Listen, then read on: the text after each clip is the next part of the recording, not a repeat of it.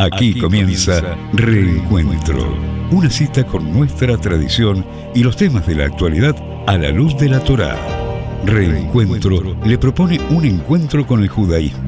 Conduce Alberto Rusco Lequier.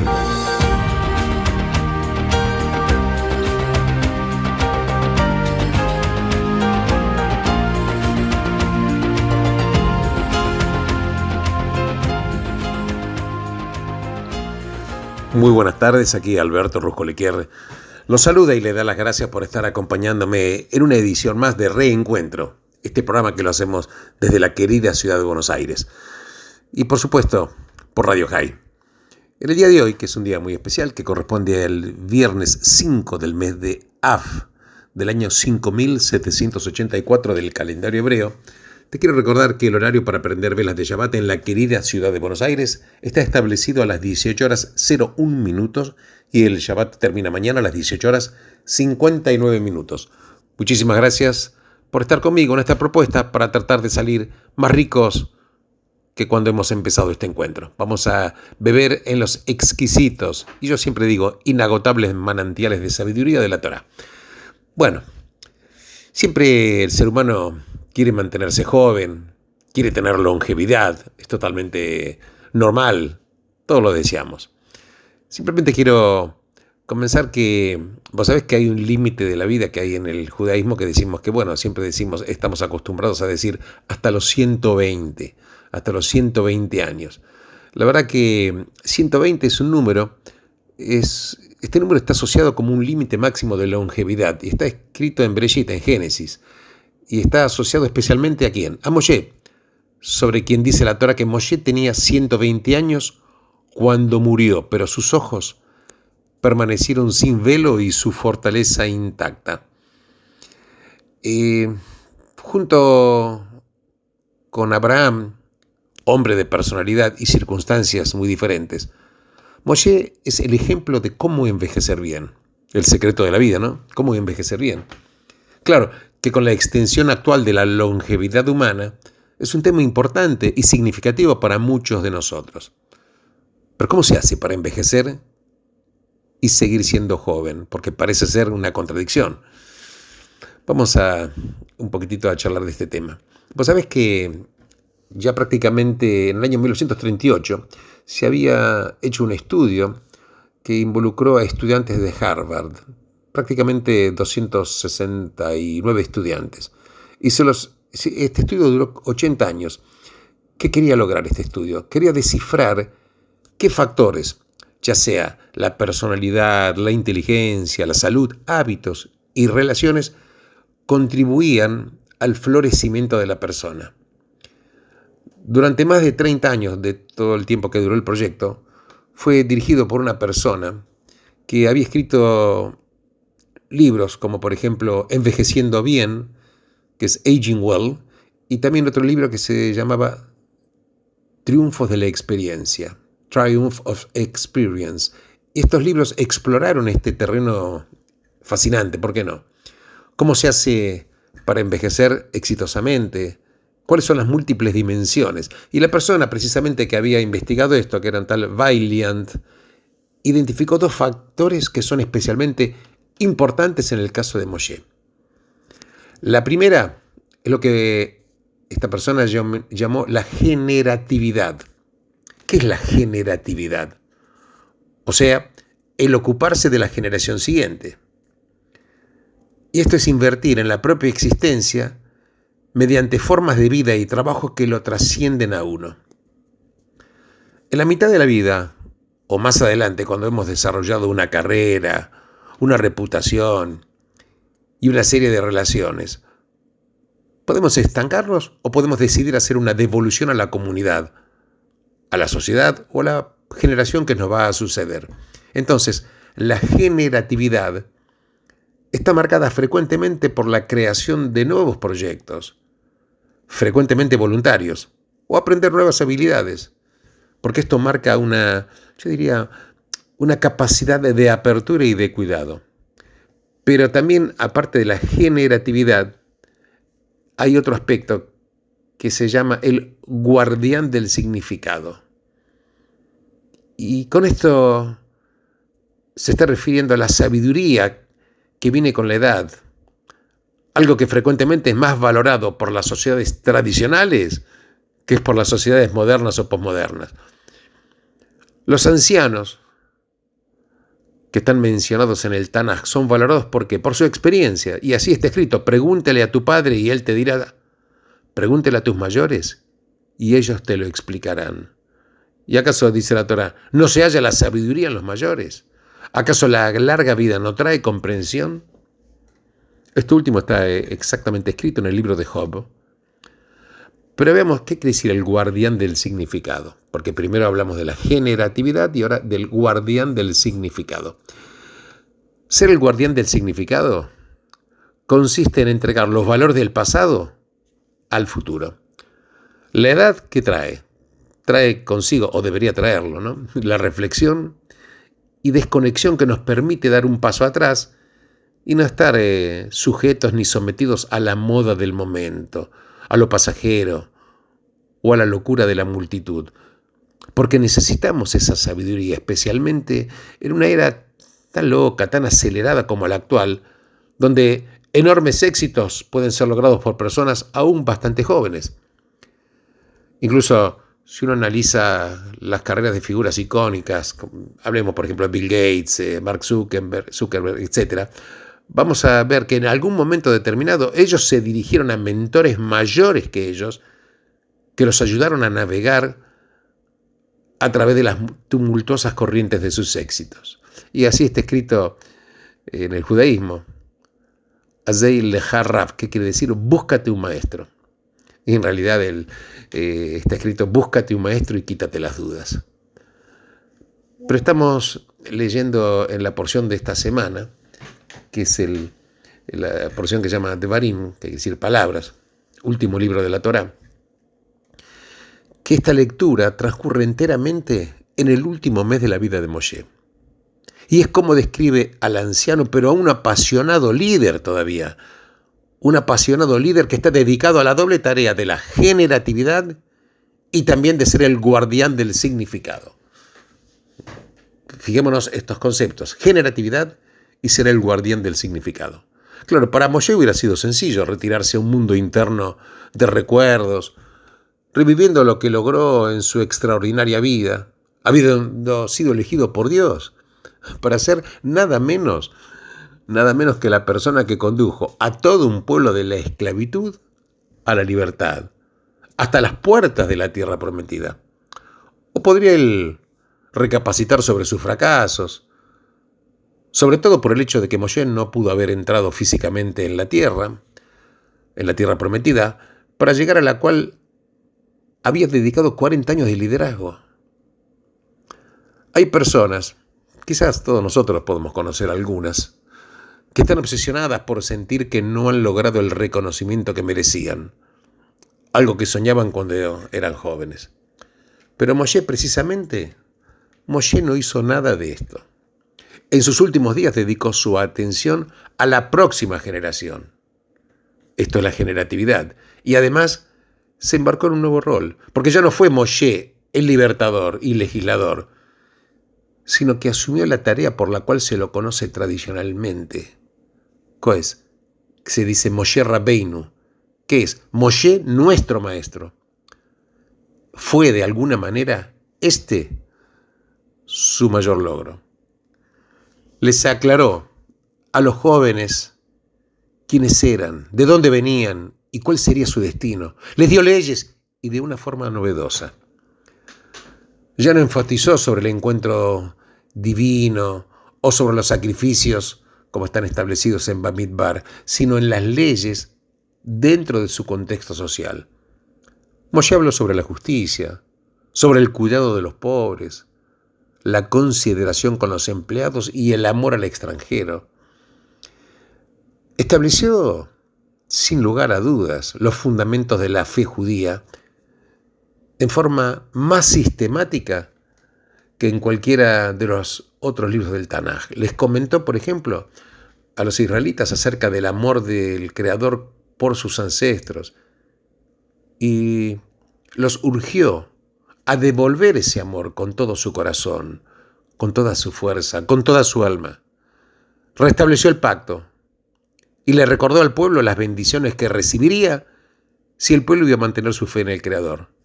Y caso contrario, las maldiciones que iba a sufrir el pueblo. Y finalmente, ¿qué hizo? Bendijo a las tribus en su lecho de muerte.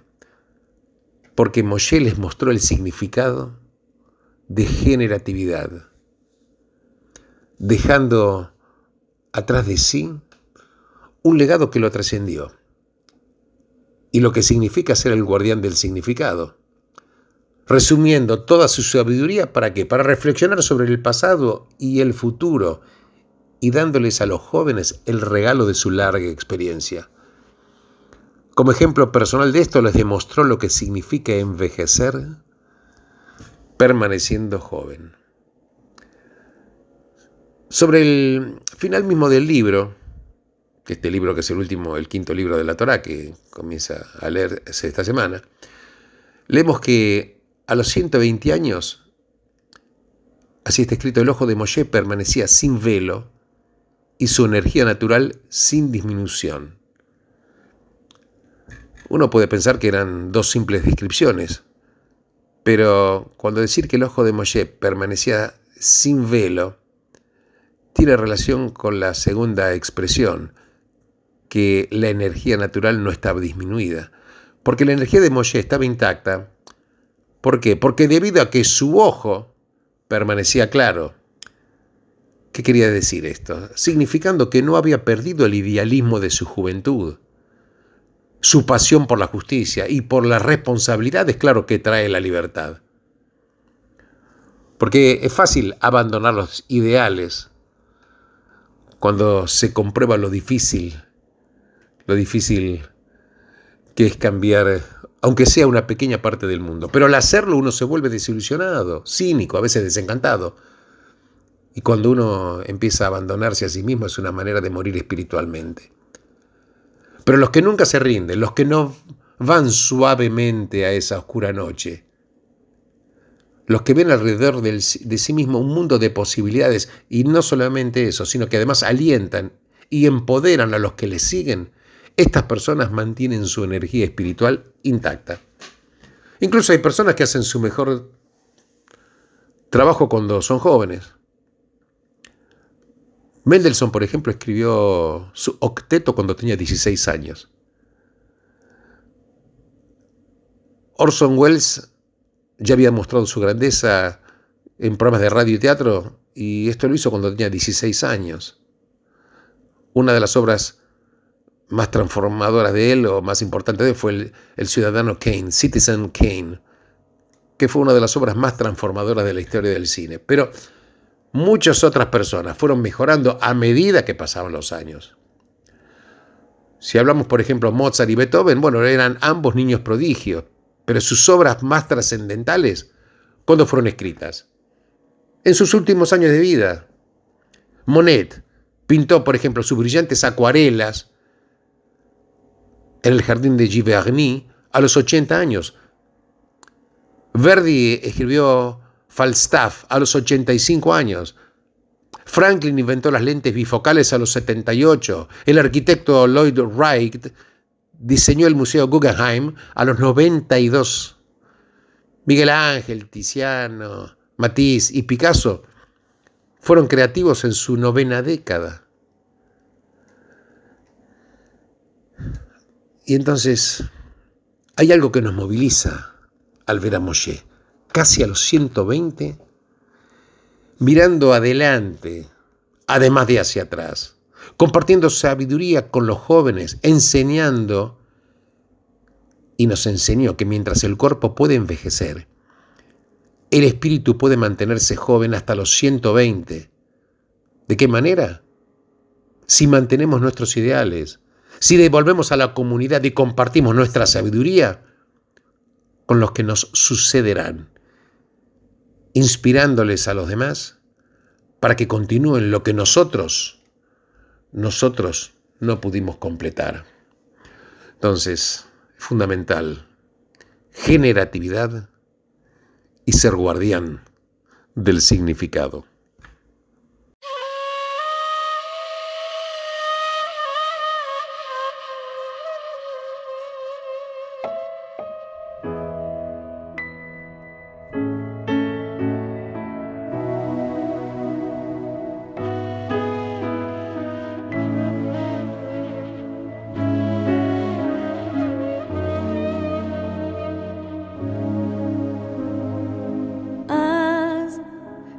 באות אליך, שירים על איך היית ועכשיו חסר. לשווא ניסינו להסתיר, האם אתה זוכר?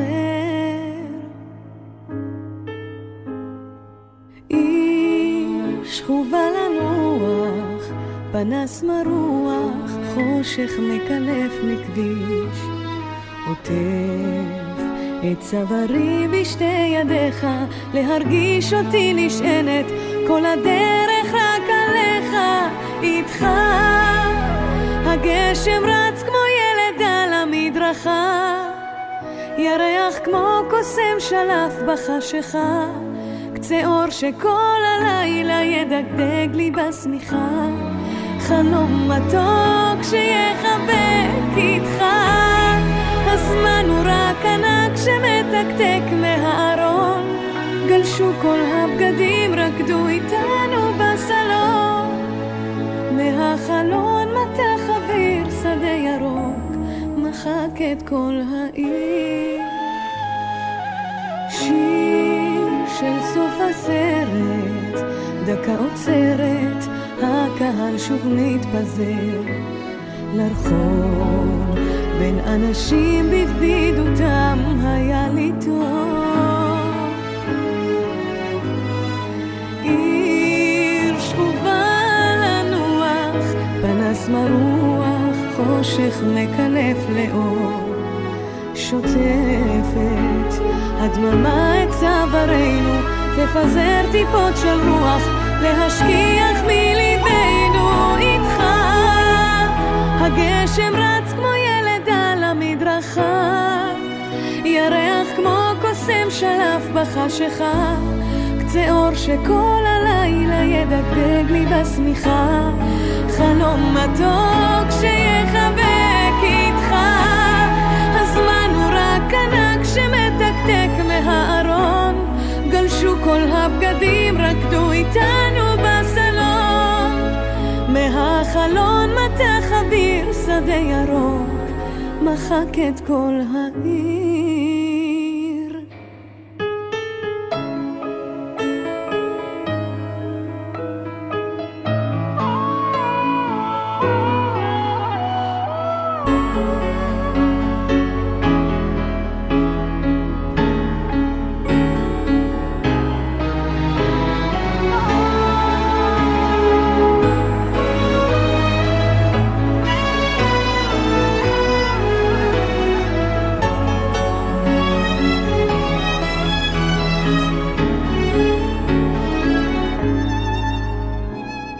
איתך הגשם רץ כמו ילד על המדרכה, ירח כמו קוסם שלף בחשיכה, קצה אור שכל הלילה ידגדג לי בשמיכה, חלום מתוק שיחבק איתך. הוא רק ענק שמתקתק מהארון, גלשו כל הבגדים, רקדו איתנו בסלון, מהחלון מתח אוויר, שדה ירוק מחק את כל העיר.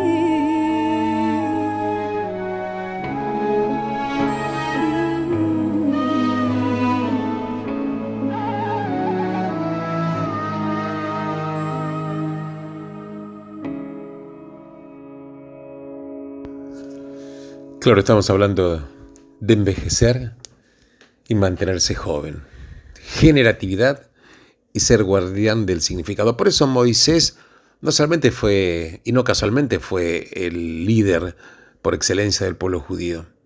Pero claro, cuando uno va estudiando y leyendo la Torá, ve que, claro, la vida física de alguna manera a Moshe le está indicando que él llega a su fin. Pero Moshe había nombrado a su sucesor, que era Josué. Y Josué sería quien llevaría al pueblo a través del río Jordán hacia la tierra prometida. Moisés parecía haber alcanzado todo lo que él estaba destinado a alcanzar. Ya no tenía más batallas que luchar, no más milagros para hacer y no más oraciones que hacer en nombre del pueblo. Pero es lo que hizo Moisés después lo que lleva la marca de grandeza. ¿Qué hizo? En el último mes de su vida hizo una asamblea con el pueblo y le entregó una serie de direcciones o directivas que conocemos como el libro de Devarim, que es el último libro de la Torá, el quinto libro de la Torá, que es Devarim, quiere decir literalmente palabras. En ellas él revisó el pasado del pueblo y vio su futuro. Le dio al pueblo leyes. Algunas, claro, ya se las había dado antes, pero se las dio en una forma diferente. Otras leyes que eran nuevas y que él había esperado anunciar hasta que el pueblo estuviera por entrar a la tierra. Y él unió todos estos detalles de ley y la historia en una visión global, porque le enseñó al pueblo a verse a ellos mismos como un pueblo santo, el único pueblo cuyo soberano y legislador era el Creador mismo. Si algunos no conocían nada sobre judaísmo y el pueblo judío les preguntaran sobre un solo libro que explique ambas cosas, quiénes son los judíos y por qué ellos hacen lo que hacen, la mejor respuesta será el libro de Devarim, porque no hay otro libro que encapsule y dramatice todos los elementos clave del judaísmo como una fe y una forma de vida.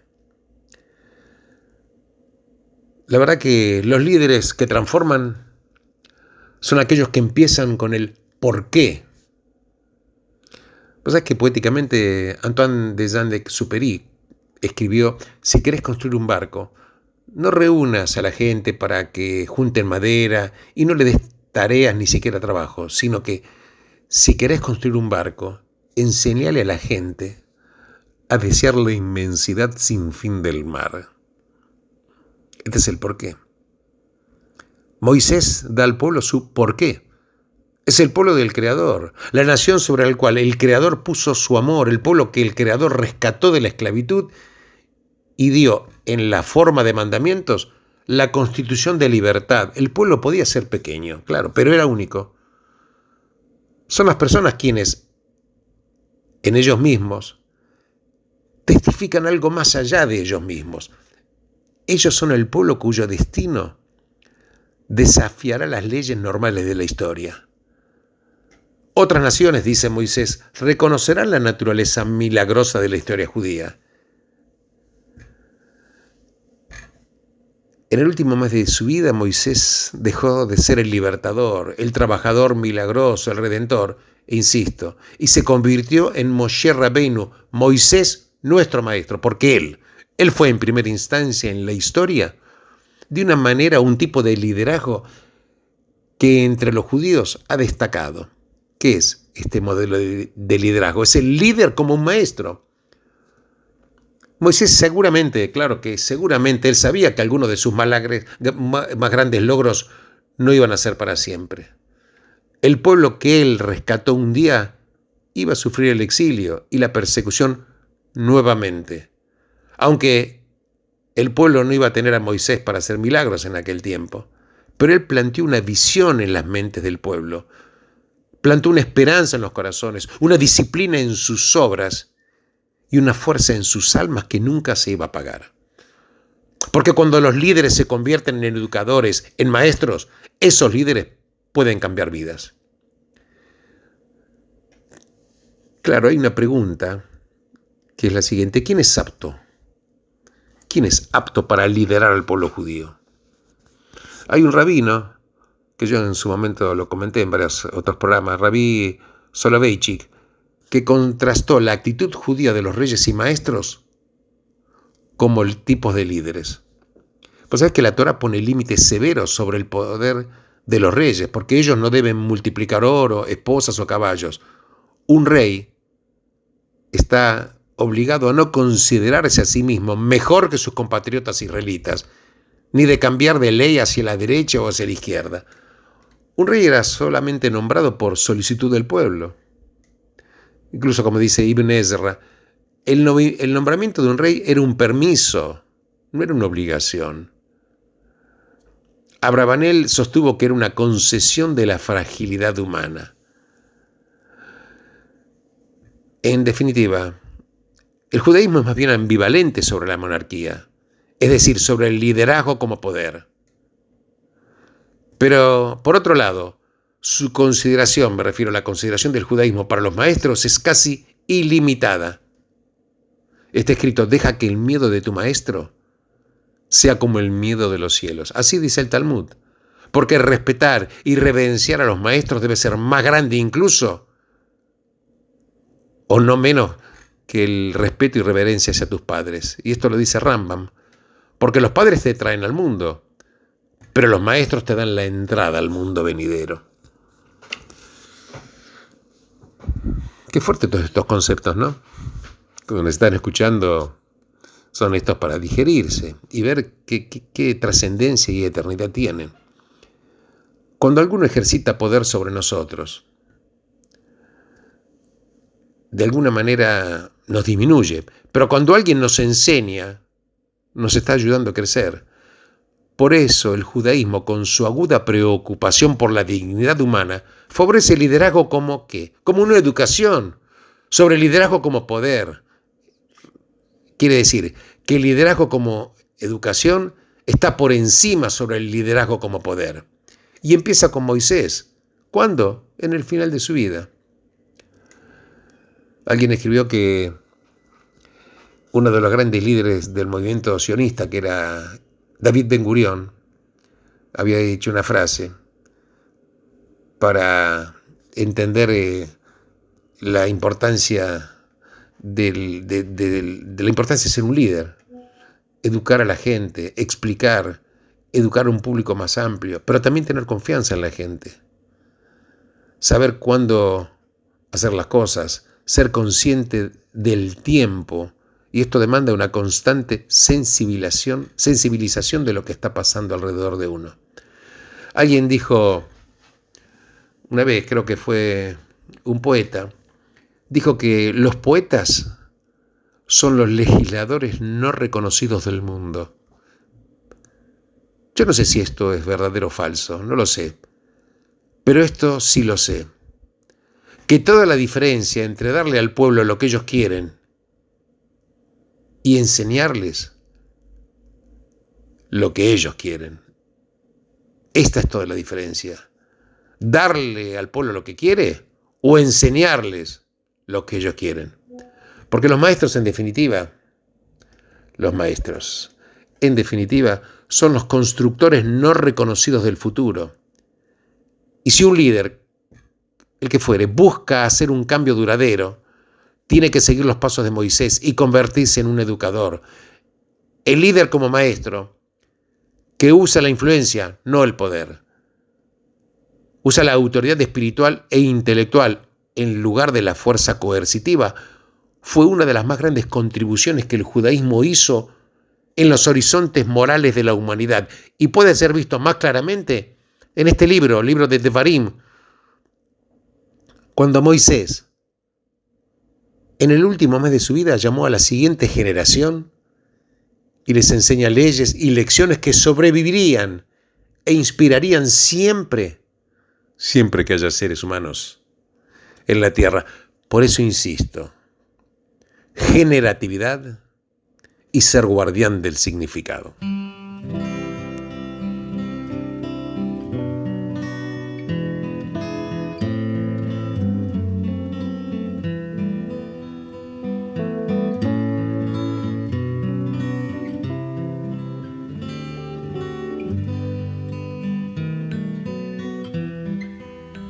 היום אולי יתחד בו הלילה ולא נשאף לאור כוכב, אין לי ולך יש כל אשר נשאלה, מבלי מילים נדע זאת כי נאהב.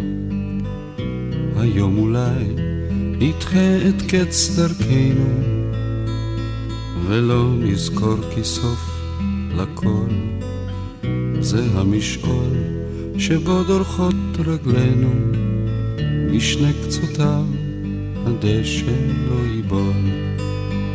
שותקים נאהב כי לי ולך, די בלי מילים שאין לאלה, אשר אינם יודעים לומר אחרת, כמה יפה פורח עלילך. היום אולי נדחה את העצבת, עם יד ביד באור נלך, כי רוח כפור בחשכה נושבת, רק במקום בו לא שמעו את שמך. שותקים נוהר כי לי ולך, די בלי מילים שהן לאלה, אשר אינם יודעים לומר אחרת, כמה יפה פורח עלילך. היום אולי נדחה בו השלכת, ולא יוכל לבוא הסתיו. דרכים רבות הן לאביב ממלכת, אם רק אותן אור חיוכך יאהב.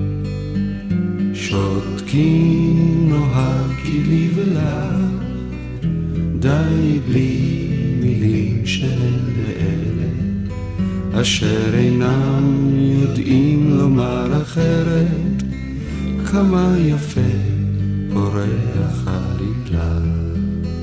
שותקים נוהר כי לי ולך, די בלי מילים שהן לאלה, אשר אינם יודעים לומר אחרת, כמה יפה פורח עלילך, כמה יפה פורח עלילך.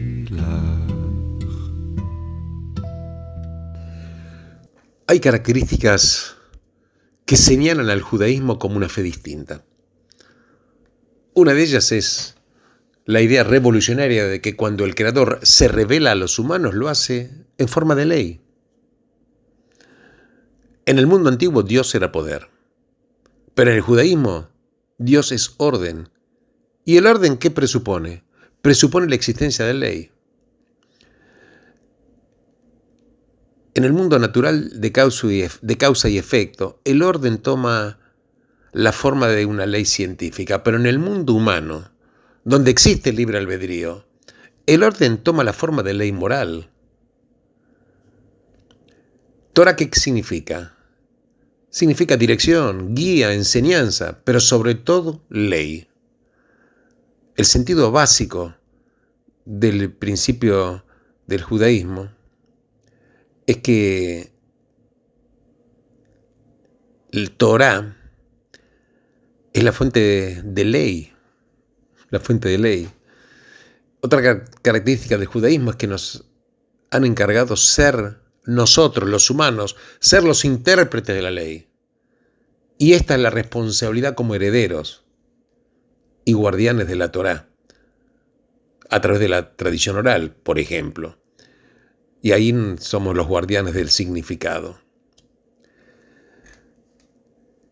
Y también lo fundamental para el judaísmo, yo diría en tercer lugar, es la educación. Y lo que es fundamental para la educación es el estudio de la Torah, o sea, el estudio de la ley. Y esto es lo que quiso decir el profeta Isaías cuando expresó: escúchenme ustedes que conocen la justicia. El pueblo en cuyo corazón está mi ley, no teman el reproche de los hombres, ni se asusten de los insultos. El judaísmo, en definitiva, no trata solo sobre la espiritualidad, ni es un código simplemente para la salvación del alma. Es una serie de instrucciones para lo que el rabino Lichtenstein llamó la beatitud de la sociedad. ¿En qué consiste? Consiste en traer al Creador a los espacios comunes de nuestra vida colectiva. ¿Y esto qué implica? ¿Qué requiere? Esto requiere ley. La ley que representa la justicia, honrar a todos los seres humanos sin distinción de clase, de color. La ley que juzga imparcialmente a ricos y pobres, poderosos y débiles, aún in extremis, entre la humanidad y Dios. Es la ley que obliga a Dios, su dador, y obliga a Dios con nosotros, que somos sus intérpretes. La ley que permite la coexistencia de la libertad con el orden, para que mi libertad no se consiga a costa de la tuya. Conceptos eternos, ¿no? Bueno, me están quedando pocos minutos del programa, pero simplemente quiero comentarles que el próximo lunes a la noche, cuando salga la primera estrella, vamos a estar entrando en el 9 del mes de Av, Tisha B'Av. Este día que fue designado por los rabinos del Talmud para conmemorar las tragedias ocurridas al pueblo judío, particularmente la destrucción del primer y segundo templo. Y consiste en este ayuno de 25 horas que va a empezar al atardecer y termina al anochecer del día siguiente. Este es el ayuno más largo del año porque ocurre en esta época y bueno, es un ayuno de todo el día juntamente con el mismo ayuno que hacemos en Yom Kippur. Pero con esto vamos a dar terminadas las 3 semanas de duelo que empezaron el 17 del mes de Tammuz y luego van a venir las semanas de consuelo. El luto, insisto, se hace particularmente por la destrucción de Jerusalén y el templo, los cuales representaban la presencia del Creador en el mundo, la revelación divina y el favor del Creador al pueblo judío. Así que yo les agradezco enormemente por haber estado conmigo. Alberto Ruscolequier se despide de ustedes. Benditos sean todos ustedes en el lugar en el cual se encuentren. Shabbat Shalom.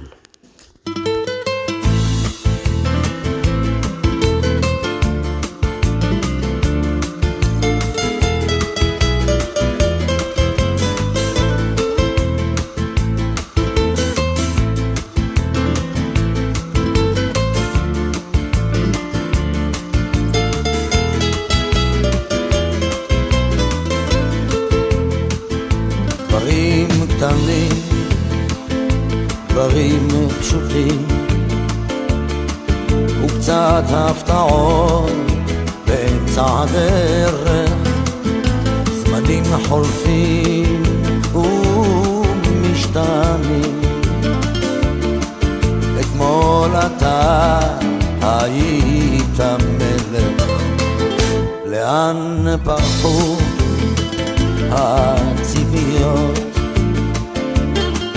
ואיך נשארת בלי תשובה, עוד לא הספקת לעשות. ומה נשאר מכל העבר? הכל תלוי בך חבר, היה חזק אל תישבר, אל תיתן לעצמות בך לפגוע, היה חזק ותתגבר. הכל תלוי בך חבר, היה חזק אל תישבר, אל תיתן לעצמות בך לפגוע, היה חזק ותתגבר.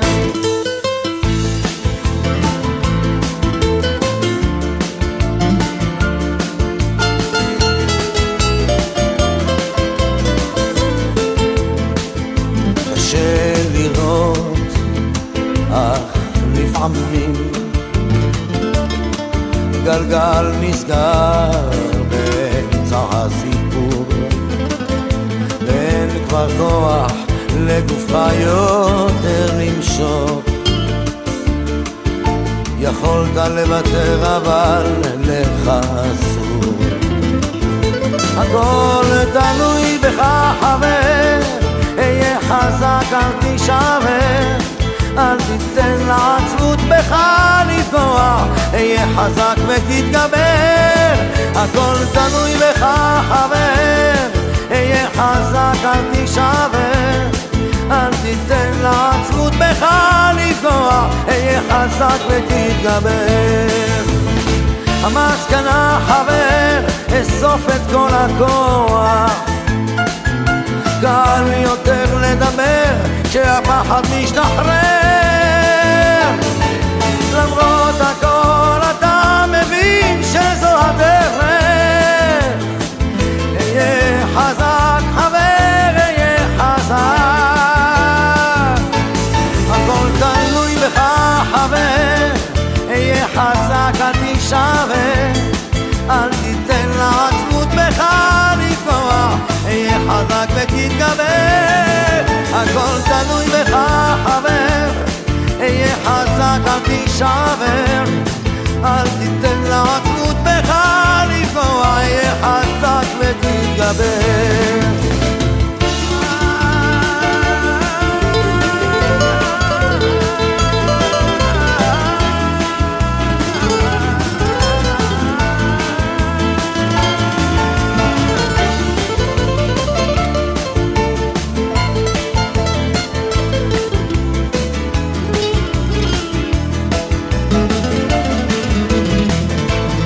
הכל תלוי בך חבר, אהיה חזק אל תישבר, אל תיתן לעצמות בך לפגוע, אהיה חזק ותתגבר. הכל תלוי בך חבר, אהיה חזק אל תישבר, אל תיתן לעצמות בך לפגוע, אהיה חזק ותתגבר.